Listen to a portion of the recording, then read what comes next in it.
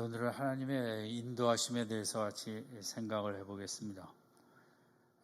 우리가 잘 아는 본문인데 이제 배경은 이렇습니다. 구약의 최고 사건이라고 할 수 있는 홍해를 가르고 이스라엘 백성이 이제 구원을 받고 시나이 반도 쪽으로 넘어오게 되었습니다. 그래서 그들은 15장 1절에서 20절까지 기쁨의 찬양을 부르며, 왜냐하면 자기들처럼 하나님의 큰 영광을 체험한 사람들이 구원을 체험한 사람이 없었거든요. 그래서 너무 기쁘게 찬양을 하며 나왔는데, 그러나 사흘쯤 되니까 이제 아무래도 덥고 준비해서 떠난 물도 다 떨어져 가고 그들은 이제 목이 몹시 마르게 되었습니다. 그러다가 이제 물을 만나게 되었는데 백성들이 너무나 좋아했지만 그 물은 사람이 먹을 수 없는 쓴 물이었습니다. 그래서 백성들이 너무 실망하고 이제 모세에게도 24절에 원망하고 기대가 이제 꺾이고 너무 마음이 힘들어졌죠. 그것이 이제 출애굽하여 홍해를 가른 다음에 사흘 만에 일어난 일입니다. 그래서 이제 그 쓴물이 있는 곳을 마라라 하고 거기서 하나님께서 물을 이제 먹을 수 있게 마실 수 있게 물을 치유해 주시고 그리고 27절에 보면 그들이 엘림에 이르렀는데 거기에는 물샘이 12이고 종료가 70주가 있더라. 그러니까 요즘 말로 하면 정말 좋은 리조트 같은 곳이죠. 샘물이 12개가 나오고 종려 나무도 있었다. 그럼 이제 우리가 생각할 게 홍해를 가르고 간 곳이 마라였습니다. 근데 마라에서 떠나고 나니까 이제 엘림으로 갔습니다. 세 지역을 생각할 때 하나님께서 왜 홍해를 걷는 구원받은 이 영광의 백성을 직접 엘림으로 데리고 가서 거기서 좀 쉬게 하시지 않으시고 왜 그 중가운데 마라라는 곳으로 인도하셨을까? 물론 마라와 엘림은 그렇게 먼 거리 걷지는 않습니다. 우리는 하나님의 인도하시는 그 방법론에 대하여 우리가 섭섭할 때도 많고 싫어하기도 하고 이런 식으로 하나님이 인도하시나? 이왕 인도하실 것이면 쓴물 쪽으로 안 가고 엘림 쪽으로 가서 그 지친 몸과 마음을 좀 쉬게 해 주시지 하나님은 왜 고생을 시키신 다음에 그리로 데려가시나? 처음부터 엘림으로 데려가셨으면 다 좋고 좋은데 누구라고 그런 생각 안 하겠습니까? 만약 우리 같아도 마찬가지죠. 하나님께서 우리를 어렵고 쓴물을 마시는 환경에 가면 우리가 참 너무 섭섭하고 힘들죠. 그런데 그 다음 순간 27절처럼 엘림과 같은 이렇게 좋은 쉴 수 있는 지역으로 간 것처럼 또 우리도 힘든 과정이 끝나면 또 이제 좋은 초장으로 인도하시죠. 그런데 우리는 그것이 불만입니다. 처음부터 좋은 곳으로 가시지 왜 이렇게 고생을 쓴물을 마신 다음에 단물이 있는 곳으로 가게 하시는가?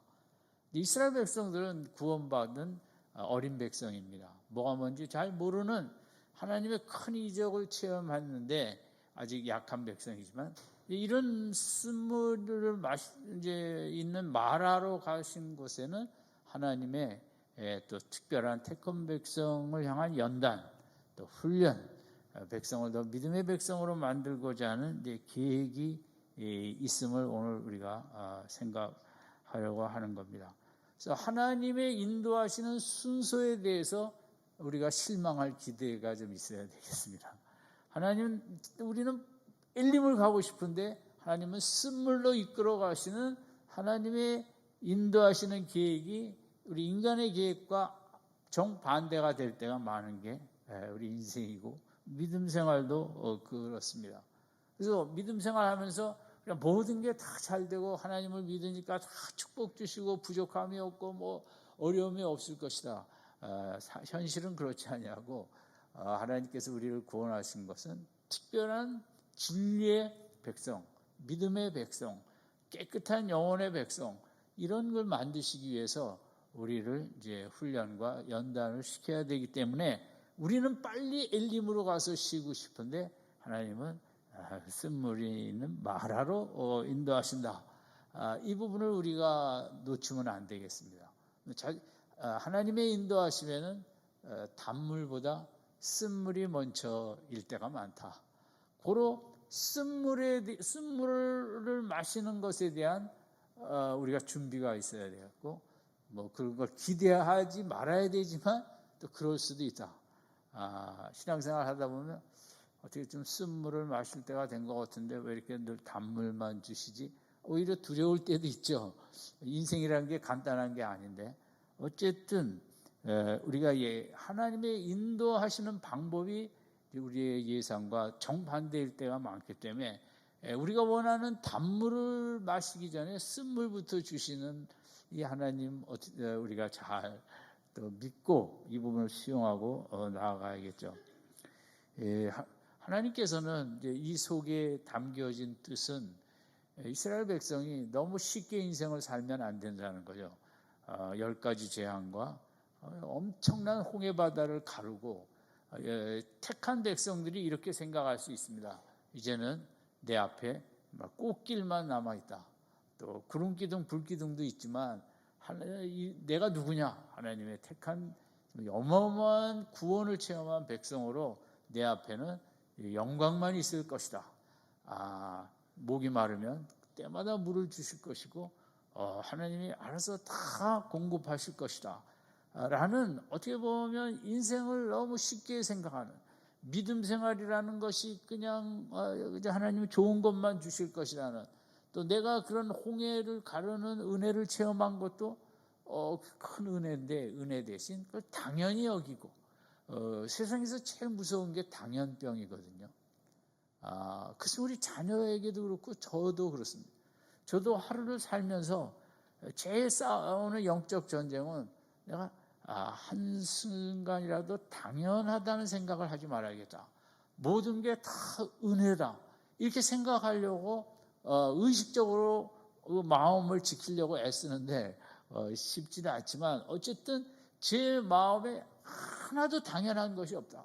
지금 전쟁이 우리나라에 안 일어난 것도 당연한 건 아니잖아요. 은혜죠. 화재가 정말 그렇게 무서운 화재가 날 줄 몰랐죠.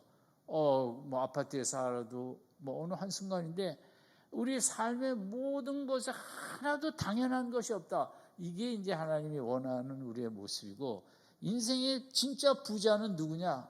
당연한 게 없는 사람, 다 은혜라고 생각하는 사람이 부자고, 모든 게 다 당연하게 여기는 사람이 가장 가난한 인생이거든요. 그래서 하나님께서 택한 백성에게 물도 이게 그냥 정말 좋은 물을 마시는 게 얼마나 쉽지 않은 일인가. 광야에 나와서 그 생각하면서 하나님이 주실 때 그걸 감사하게 받도록 어떻게 보면 그런 마음의 훈련을 받고 있는 거죠. 우리가 이제 믿음의 훈련도 받지만 가장 중요한 것은 하나님 앞에 그런 겸손한, 감사한 그런 마음의 태도거든요. 믿음 생활의 핵심은. 그래서 이제 마라가에 와서 정말 세상은 어렵구나.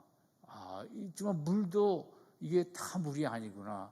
이게 우리가 하나님이 은혜를 안 베푸시면 물도 마실 수 없는 참 우리가 그런 백성이구나 이렇게 생각할 수 있듯이, 택한 백성을 마라로 이끄신 것은 좀 더 인생을 깊이 생각하고 은혜로 선물을 우리가 얼마나 많이 받았는가를 되돌아볼 수 있는 그런 계기로서 데려왔다고도 생각할 수 있죠.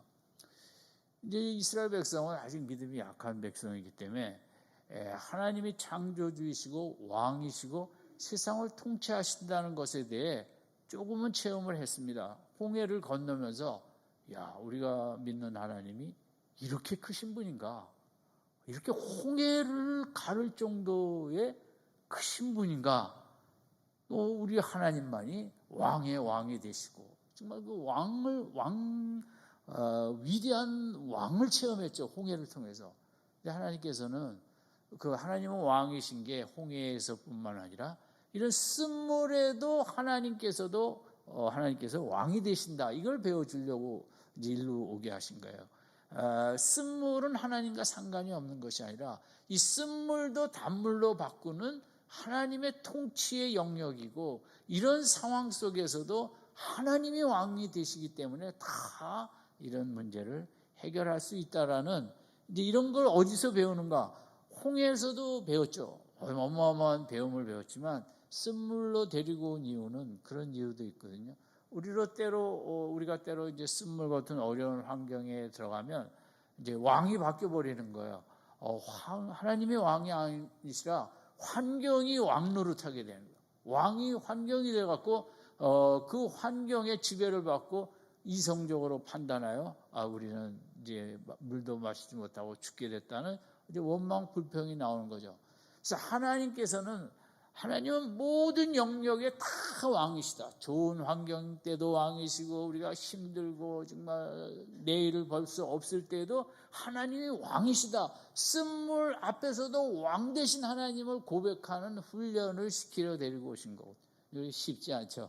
우리가 쓴물 앞에 서게 되면 이제 아무래도 투덜투덜대고 원망이 나오게 되니까, 그러면 이 한 주간도 마찬가지고 우리의 삶 앞에 항상 좋은 환경만 있지 않냐고, 또 어려운 마라가 섰을 때 그때 진짜 믿음이 우리가 바로 정립할 수 있는 때고, 하나님이 기뻐하시는 믿음, 하나님 이런 상황에서도 하나님이 왕이십니다. 하나님이 다스리십니다.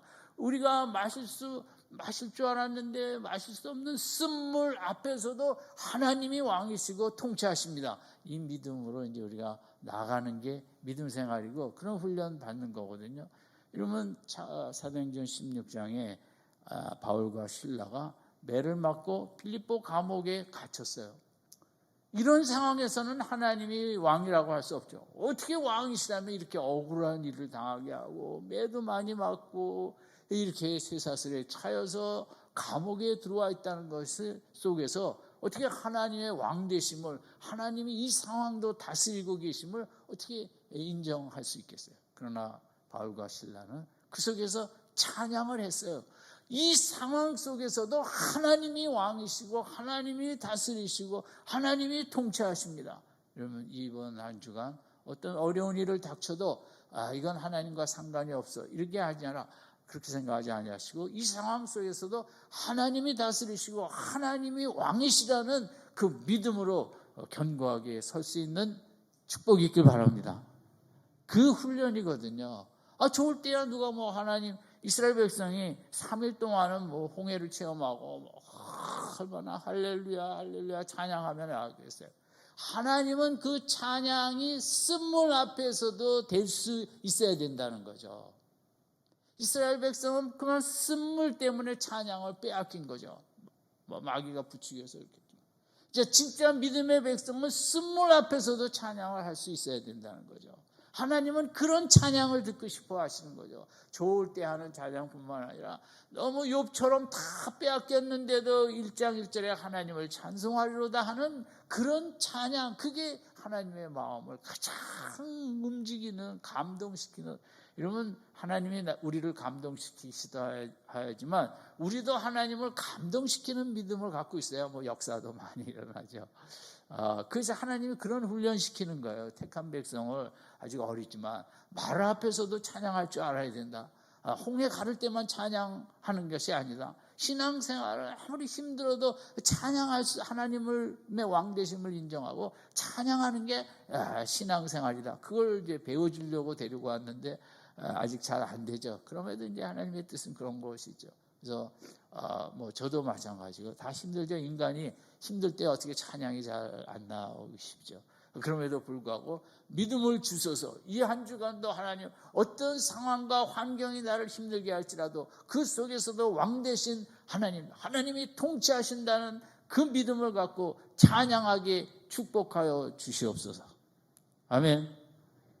그런 믿음 생활이 참 복된 믿음 생활이죠. 하나님도 기뻐하시고 그럴 때 역사도 일어나고, 그런 이 쓴물 앞에서 이스라엘 백성이 그런 것을 받게 되는 거예요. 모든 여정인데 힘들 때 더욱 찬양할 수 있는 정말 하나님이 왕이시다. 우리가 지금 세상 도대체 왕이 누구냐? 푸틴이냐? 속상하죠. 나라마다 뭐 힘들 때 그럴 마음들을 갖죠. 도대체 이 나라의 왕은 누구냐? 요즘 왕은 별로 없지만 우리 마음들이 힘들고 마음이 어두워지고 도대체 누가 다스리기에 이 나라가 이런 식으로 되는가? 온 세상이 이렇게 시끌벅글하고 그 한 지도자의 욕심이 이렇게 많은 또 앞으로 경제적인 뭐 이런저런 그런 고통을 갖고 하는가? 정말 우리 마음이 힘들죠. 그러나 그럴 때도 온 땅의 왕은 하나님이시고 하나님이 역사하시고 하나님이 악한 것에 대해서 심판하시고 하나님이 통치하신다는 하나님의 왕권에 대한 믿음, 나라 일이나 세상 일이나 가정 일이나 내 인생에 있어서 특별히 어려울 때 더욱 하나님의 왕되심을 인정하고 믿고 감사하고 찬양하는 믿음 생활 하십시다. 아멘. 마라에 와서 물을 바꾼 것은 오늘 다음 주에 생각하겠지만 모세에게 나무를 던져서 순종했더니 그 쓴물이 먹을 수 있는 물이 됐어요. 마실 수 있는. 하나님은 한순간에 정말 우리가 생각할 수 없는 방법으로 뭐 나무를 던졌는데 그게 때문에 쓴물이 마실 수 있게 됐겠습니까? 그런 역사를 하시는 분이 하나님이세요. 그러니까 이게 쓴물 앞에서 하나님의 의도는 이런 데서 믿음으로 기다리면 기도하면 내가 그런 하나님의 또 한 번의 큰 능력, 홍해를 가르기도 하지만 이렇게 마실 수 없는 물도 마시게 하는 이런 모든 것에 역사하시는 하나님의 능력을 체험하게 된다. 내 말씀을 믿고 나가면 된다 하는 마라라는 것은 참 힘든 것이지만 거기서 믿음을 갖고 말씀을 붙잡으면 하나님의 이적이 나타나는 위대한 축복의 장소이기도 하거든요. 그래서 마라로 인도하신 거예요. 엘림은 사실 가서 할 일이 별로 없어요. 마시고 늘어지는 것밖에 없어요. 엘림에 가서는 물론 다 필요하죠, 인생에 우리에게는. 그렇지만 엘림에서는 뭐 깨어있을 필요도 없고 하나님을 특별히 처음에나 조금 좋은 곳에 보내주셨다고 찬양하지, 엘림은 그렇게 영적인 교훈을 깨닫는 것이 아니에요. 어차피 마라라는 것은 힘들지만 이 속에서 하나님의 계획의 신비하심, 섭리의 신비하심, 하나님은 어떻게 이런 속에서도 쓴물을 마시는가, 하나님의 능력의 위대하심, 참 우리로 더 믿음을 갖게 하시는구나. 하나님의 인도하시는 발걸음을 우리가 잘 알 수 없지만 참 다 우리의 믿음을 세우시기 위해서 인도하시는구나. 그래서 이 마라와 엘림은 우리 인생에 둘 다 필요해요. 그런데 어떻게 보면 마라가 더 필요한 거죠. 우리가 좀 더 믿음의 백성이 되는 데는 그 좋은 엘림에 가 있으면 뭐 이렇게 하나님 간절하게 찾지도 않고, 우리가 경제적으로 좀 잘 되고 사업 잘 되고 부유해지면, 대한민국도 그렇죠. 30-40년 전만 해도 얼마나들 뭐 정말 목숨 걸고 기도했죠. 그땐 또 가난하고 또 잘 살아야겠고 나라가. 그렇지만 지금은 그 간절함이 없죠. 뭐 대부분 생활 평균이 올라왔고, 마라라는 것은 우리에게는 참 힘든 곳이지만 마라라는 곳이 우리의 믿음을 더 세우기도 하고 또 하나님을 깊이 체험하기도 하는 좋은 곳이에요. 그래서 하나님은 우리에게 평생 마라로만 인도하시진 않아요. 마라에서 연단이 좀 되면 또 엘림으로 인도했다가, 엘림에 가서 너무 늘어지면 다시 또 마라로 인도하셨다. 또 마라에서 해이해지면 또 엘림으로 인도하셨다가, 하나님의 우리 신앙생활에 하나님의 인도하심은 저는 뭐 왔다 갔다 한다고 생각합니다. 그러나 영적으로 볼 때는 마라의 가치가 훨씬 높은 거죠. 거기서 정말 나를 알게 되고 인간이 존재의 근본 본질이 뭐냐, 또 하나님이 누구신가를 알게 되는 것은 이제 마라라고 할 수 있죠. 그래서 우리가 이제 앞으로도, 저도 그렇게 생각합니다만, 이 땅에 살아가면서 저에게 앞으로 마라가 없을 것이다, 지금 그렇게 생각하지는 않습니다. 또 마라는 또 언제 나타날지 모르는데 나 깨어서 준비해야 되고 했다. 준비해야겠다. 마라를 만날 때 내가 낙심하지 말아야겠다. 마라 때문에 내가 더 믿음이 성장하기 때문에 마라에 대한 두려움도 가질 필요 없고, 마라가 오면 다 하나님의 또 하나의 뜻이구나 이렇게 생각해야겠다는 그런 마음을 갖고 사는 게 뭐 저도 그렇고 우리 믿음의 사람들에게 필요하지 않겠나 싶습니다. 너무 엘림만 요구하면 하나님은 우리 기도와 거꾸로 잘 응답을 하시기 때문에 계속 마라만 주실 수도 있고, 하나님 저는 아직 덜 돼서 마라가 더 필요합니다. 뭐 이렇게 겸손하게 기도한다면 하나님의 엘림을 더 많이 주실 줄로 믿습니다. 기도하기 싫으니까요. 그렇게. 참 하나님도 참 때로는 참 재미있으세요. 어떻게 보면 우리와 관계가 이렇게 참 재미있는 관계죠. 마라라는 곳에서 그래서 이스라엘 백성은 하나님을 체험합니다. 하나님은 내가 정말 고생하기 싫고 정말 힘든 거 싫은데도 나의 영적인 성장을 위하여 이제 마라로 인도하시는구나. 그걸 이제 배우고, 또 하나는 내 인생이 얼마나 연약한 본질인가를 깨닫습니다. 그리고 내가 인간이 얼마나 쉽게 하나님의 은혜를 잊어버리나 그것도 깨닫습니다. 그러면 그들은 3일 동안 상당히 그래도 찬양을 열심히 하면서 신나게 믿음으로 나왔죠. 근데 좀 한 3월, 4월쯤 지나고 마실 물이 떨어지니까 목이 말라서도 그렇지만 하나님이 지금까지 홍해와 애굽에서 베푼 모든 그 큰 은혜의 이적들을 다 잊어버렸습니다. 인간은 참 망각의 존재죠. 물론 또 망각해야 될 건 잘 망각해 하는 것도 실력인데 능력이고, 어쨌든 그러나 하나님이 베푸신 것은 우리가 잊어버리면 안 되는데 너무 쉽게 잊어버리는 거죠. 그리고 그 은혜를 잊어버리고 현실의 환경에 몰두해 갖고 환경이 어렵다고 원망하고 그랬지 않았습니까? 그래서 우리가 마라를 통해서 이스라엘 백성들이 나의 약함을 이제 또 절감하게 되는 거죠. 신앙생활은 날이 갈수록 나의 연약함을 더 깊이 깨닫는 게 신앙생활이거든요. 그래서 정말 이럴 수밖에 없는 연약함에 우리가 안타까워도 하지만 또 그럴 수도 밖에 없다. 연약함을 자꾸 인정하고 하나님께 의지하게 되는 거죠. 그래서 깨어있지 아니하면 우리는 쉽게 은혜를 잊어버립니다. 신앙생활에 제일 중요한 건 믿음이라고 하지만 저는 그거보다는 은혜를 잘 기억하는 게 제일 중요하다고 생각합니다. 지금까지 모든 과거를 모든 것이 은혜였구나.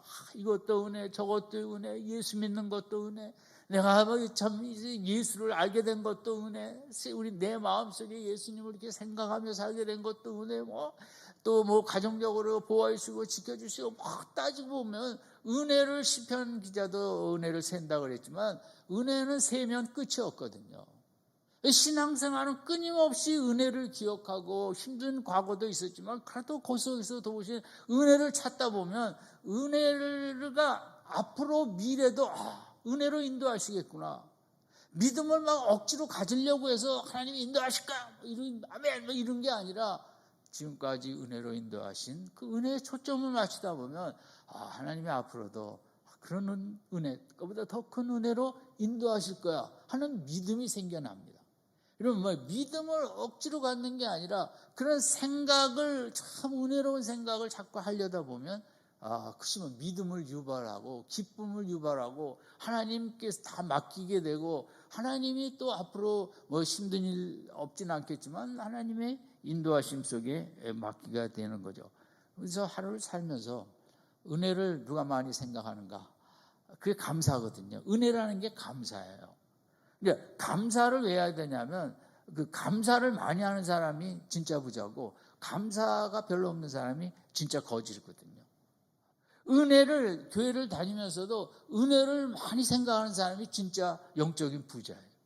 은혜를 별로 생각하지 않는 사람은 가난한 사람이에요. 그러면 가난하다는 것이 나쁜 것도 아니고 좋은 것도 아니지만 영적인 은혜가 가난하면 자꾸 원망 불평이 나오는 거예요. 이 백성들처럼 찬양이 끊어지면 원망이에요. 우리 마음은 간단하지가 않아요. 우리 마음은 치열한 전쟁터이기 때문에 내 마음의 찬양이 끝나는 순간 마귀는 원망거리를 갖고 또 마음을 들쑤시게 되는 거거든요. 그래서 어떻게 해서든지 하루를 지낼 때 은혜를 기억하는 시간을 갖는 게 좋아요. 자기 전에든 뭐든 갖고 시간을 더 내서 갖고 점심 식사를 하고도 쉴 때도 내가 또 한 1, 2분이라도 하나님 베푸신 은혜를 기억하고.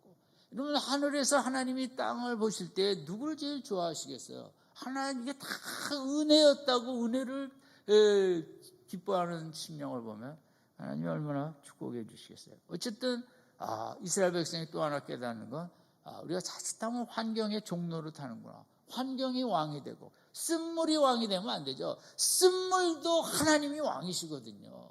근데 이스라엘 백성이 쓴물이 왕이 되니까 그 쓴물 왕의 통치를 받으니까 원망이 나오는 거거든요. 우리가 딱 쓴물 앞에서 이 쓴물 상황에서도 왕은 하나님이시다. 아멘. 예, 그럴 때 마음에 원망이 맞게 되고 감사가 있게 되고 모든 영역의 통치, 하나님이 통치하시는 그 왕권을 이제 인정하는 게 은혜겠죠. 그리고 또 하나는 사람이 참 내 중심이라는 걸 이제 조금만 어려우면 내 생각대로 안 된 거에 섭섭하고 힘들어하는, 원망하는 그게 내 모습이구나. 그러니까 쓴물 앞에서 이 원망을 하고 우리가 전에 생각했던 그 17장의 반석 앞에서도 뭐 원망 불평하고 뭐 모세를 죽이려고 돌로 던지려고도 하고 뭐 이런 것들은 어떻게 보면 이제 잘못된 일이지만 이제 그런 실수, 잘못을 하면서 또 믿음이 생겨나는 것입니다. 이스라엘 백성도 이제 믿음 생활 시작했는데 어떻게 처음부터 완벽할 수 있겠습니까? 저처럼 그렇게 오래 했어도 뭐 실수와 죄의 늘 반복인데 이스라엘 백성은 더 어리지 않습니까? 이게 이제 그런 그 광야의 실패를 통해서 하나하나 깨닫고 우리가 뭐 책을 읽어서 깨닫고 배우는 게 아니라 대부분은 실패를 통해서 인생이라는 것도 그렇고 믿음 생활도 실패를 하고 실족을 한 게 이제 거기서 진정한 배움이 나오는 거예요. 그러면 인생 자체의 본질을 알게 되는 거죠. 저는 지금 그 전쟁이 우리 자녀들한테도 우리가 자꾸 얘기할 필요가 있다고 생각합니다. 이 전쟁 속에서 뭘 느끼는가? 인간이 얼마나 악한가? 아무리 정치적인 계산이지만 내 나라 그런 영향력의 확장을 위해서는 뭐 전쟁을 해도 되고 아이들을 있는 집에다 포탄을 쏟아부어도 되고 뭐 이런 그 인간이 얼마나 악한가? 인간이 얼마나 이기적인가?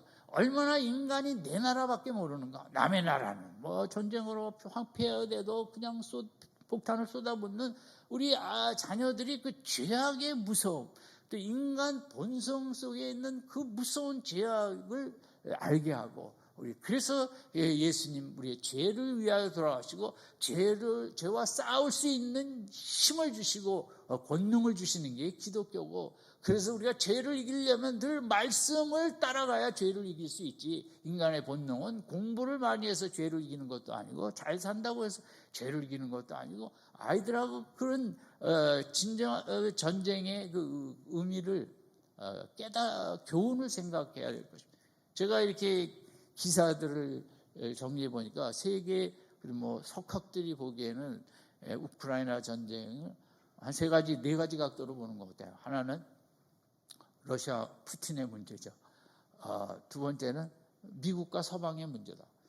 왜 미국이 이런 것을 좀 더 미리 준비하고 또 하나님께서 미국에게 20세기, 21세기에서 그 인류의 평등, 평화, 공의 이런 가치의 리더로서 세상을 좋은 세상 만드는데 이 좋은 일 하라고 잘 살게 하시고 그런 기술도 발전시키는 좋은 축복 많이 주셨지 않습니까? 그러니까 미국이 좀 더 이런 부분에 대해서 크림반도 때도 이랬으니까 좀 대처를 했어야 되는데 너무 멍하게들 있었다. 그런 탓을 하죠. 그래서 참 미국도 괴로운 게 세계의 그런 민주주의의 참 맏형으로서 일을 하면서 힘들죠. 1949년에 미군이 전부 한반도에서 나갔습니다. 왜냐하면 한반도 같은 골치 아픈 지역이 여러 지역이니까 미국으로 봐서는 돈도 많이 재정도 지출되고 만약 조그만 나라에 다 미군들 보내갖고 막 이게 좀 힘이 되니까 아예 철수를 다 해버린 거죠. 그랬더니 50년도에 6.25가 난 거거든요. 그럼 이제 우리도 마찬가지죠. 뭐 우리 어쩔 수 없지만 어쨌든 푸틴의 잘못도 있고 미국과 서방 나토 쪽에서도 안일했고 세 번째는 이제 우크라이나도 좀 더 지혜롭지 못했다는 거예요. 30년 전만 해도 60만 대군에 뭐 무기도 좋고 대단했대요. 강력한 군대였는데 그냥 미국하고 소련하고 뭐 협정 맺으면서 우리는 평화로울 것이다 하갖고 뭐 그 군사도 확 20만으로 줄이고 뭐하고 이러다가 이런 일이 일어나는 건 인간을 믿고 나라를 믿고 협약을 조약을 뭐 이런 거 믿다가 우크라이나가 이렇게 당합니다. 또 하나의 이제 이스라엘의 그 아주 석학되시는 분의 얘기는 인간의 죄성이다. 그리고 전쟁은 앞으로 푸틴은 또 일어날 것이다. 지금 푸틴이 죽어도 왜냐하면 인간의 죄악성이 그렇게 될 것이라는 거예요. 참 인간 참 나라마다 묘하고 인간의 그 악한 것이 이러면 시진핑이 물러가면 정말 성군이 나타날까요? 제2의 시진핑이 나타날까요? 김일성이 간 다음에 똑같은 제2의 제3의 김일성은 계속 나타나서 뭐 땅굴도 만들고 연평도도 포격하고 뭐 미사일 쓰고 그래서 인간의 죄성이 그 죄성 때문에 억제할 수가 없다는 거죠. 협정 뭐 하고 가서 뭐 조약 사인해 갖고 될 일이 아니라 이런 전쟁을 통해서 우리가 얼마나 인간이 나약한 존재인가, 죄악 앞에 이기심 앞에 얼마나 쉽게 무너지는가. 그래서 세상적으로도 국가적으로도 군사적으로도 그 준비할 건 좀 더 준비해야 되는 것이고 영적으로도 더 준비해야 되는 여러분 마라라는 사건을 통해서 교훈을 받아야 되는 거죠. 인간이 이 죄성이 본성이 이렇구나. 원망 불평밖에 없고 나밖에 모르고 조금만 힘들면 하나님 탓하고 어쨌든 하나님께서 이 마라를 통해서 하나님도 깨닫게 하시고 인간이 얼마나 연약한 것도 깨닫게 하시는 그런 여러 가지 복합적인 계획 속에 이제 마라로 왔던 거죠. 그래서 하나님은 맨날 마라만 주시는 건 아니고 우리가 아는 대로 마라가 끝난 다음에 이제 엘림도 주셨잖아요. 우리에게는 마라와 엘림 다 필요한데 무조건 엘림만을 위해서 우리가 기도하는 것은 기독교가 아니고 오히려 엘림을 통해서 내가 먼저 연단받고 훈련받고 성장하게 하소서 이게 바른 우리의 기도의 태도일 것이고 그런 것들이 될 때 하나님은 이제 엘림도 우리에게 많은 축복을 주시겠죠. 아무쪼록 우리가 마라는 싫어하지만 마라를 피할 수 없는 인생이고 이번 한 주간든 남은 생애든 마라 앞에 서게 될 때 오늘 본문을 생각하시면서 하나님은 어떤 마음일까? 또 나는 어떤 태도를 가져야 될까? 생각하며 믿음으로 쓴물을 앞에 실족하지 아니하고 쓴물을 뛰어넘는 믿음의 귀한 모습 되시기를 주님의 이름으로 축원드립니다. 기도하겠습니다. 하나님 아버지 연약한 인생 하나님께서 구원하시고 어떻게 해서든지 믿음의 백성 양육도 시키시려고 훈련된 백성 진리의 백성 영광의 백성 되려고 참 하나님 쓴물로 인도하실 때 우리가 실족하지 아니하고 원망하지 아니하고 거기서 하나님을 더 체험하고 또 나의 믿음을 더 세우는 이런 하나님의 뜻이 나타나는 우리의 믿음 생활 되도록 축복하여 주시옵소서. 예수님의 이름으로 기도드립니다.